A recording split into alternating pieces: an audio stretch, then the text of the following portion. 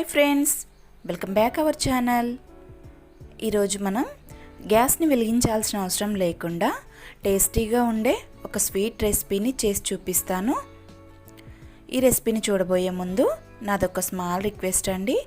First time మన ఛానల్ని చూస్తున్నట్టయితే కింద రెడ్ కలర్లో సబ్స్క్రైబ్ అనే బటన్ ఉంటుంది, దాన్ని ప్రెస్ చేయండి.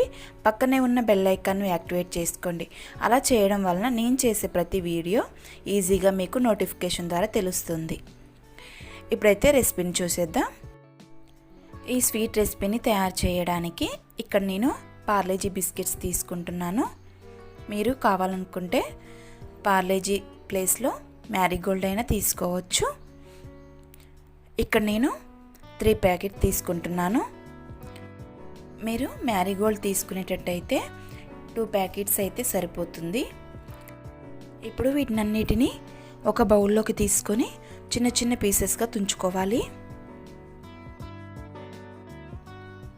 ఇలా తుంచుకున్న తర్వాత వీటినన్నిటిని ఒక మిక్సీ జార్లోకి తీసుకొని ఫైన్ పౌడర్గా గ్రైండ్ చేసుకోవాలి.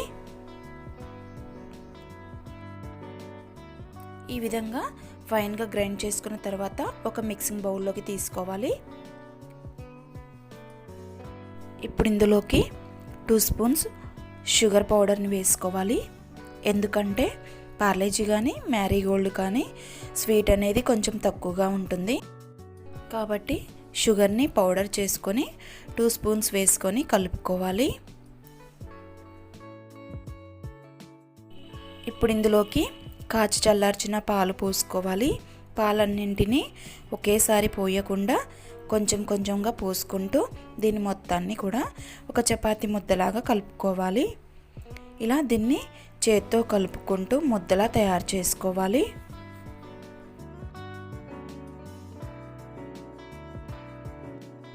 ఈ విధంగా బాగా కలుపుకున్న తర్వాత ఇప్పుడు దీన్ని 3 పార్ట్గా డివైడ్ చేసుకోవాలి.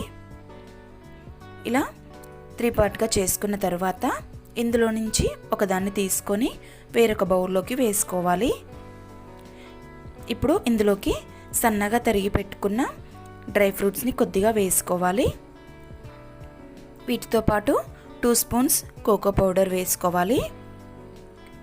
కోకో పౌడర్ వేయడం వలన ఇది కొద్దిగా డ్రైగా ఉంటుంది, అందుకని ఇంకొద్దిగా పాలని వేసుకొని ముద్దలాగా కలుపుకోవాలి.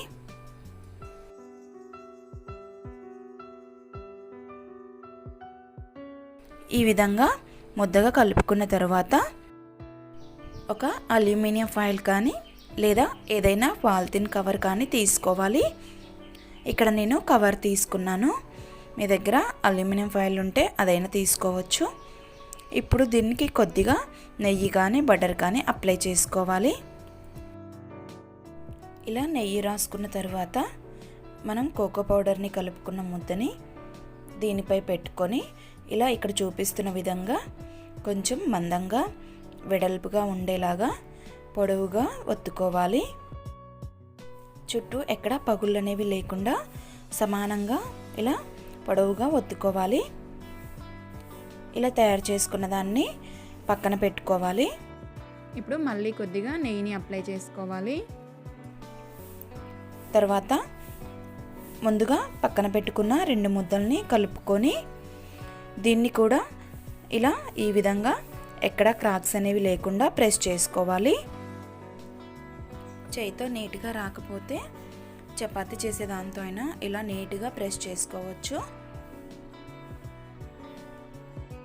దీన్ని కూడా ఎక్కడ క్రాక్స్ అనేవి లేకుండా కొంచెం మందంగా ఉండేలాగా స్క్వేర్ షేప్లో దీన్ని ప్రెస్ చేసుకోవాలి. ఇలా చేసుకున్న తర్వాత ఇప్పుడు దీనిలోకి మనం ముందుగా తయారు చేసుకున్న కోకో పౌడర్ మిశ్రమాన్ని ఇందులోకి పెట్టుకోవాలి. ఇప్పుడు ఇక్కడ చూపిస్తున్న విధంగా ముందుగా ఒకవైపు ఫోల్డ్ చేసుకొని నీట్గా ప్రెస్ చేసుకోవాలి. రెండో వైపు కూడా ఇలాగే ఫోల్డ్ చేసుకోవాలి.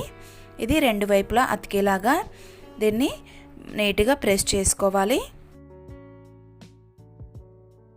ఇలానే కవర్ చుట్టి దీన్ని ఫ్రిడ్జ్లో 20 to 25 మినిట్స్ పెట్టుకోవాలి.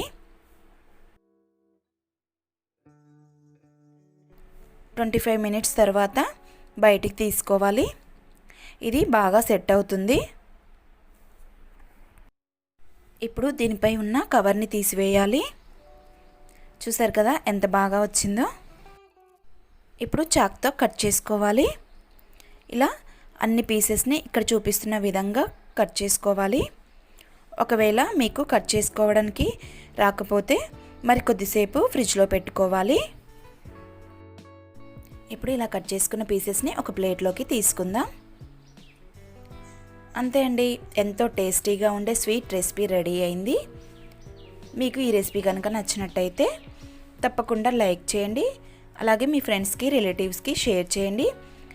అదేవిధంగా ఇంకా మన ఛానల్ని ఎవరైనా సబ్స్క్రైబ్ చేసుకునే వాళ్ళు ఉంటే సబ్స్క్రైబ్ చేసుకొని బెల్ ఐకాన్ కూడా యాక్టివేట్ చేసుకోండి. మరొక మంచి రెసిపీతో మళ్ళీ కలుద్దాం. Bye friends, thank you for watching.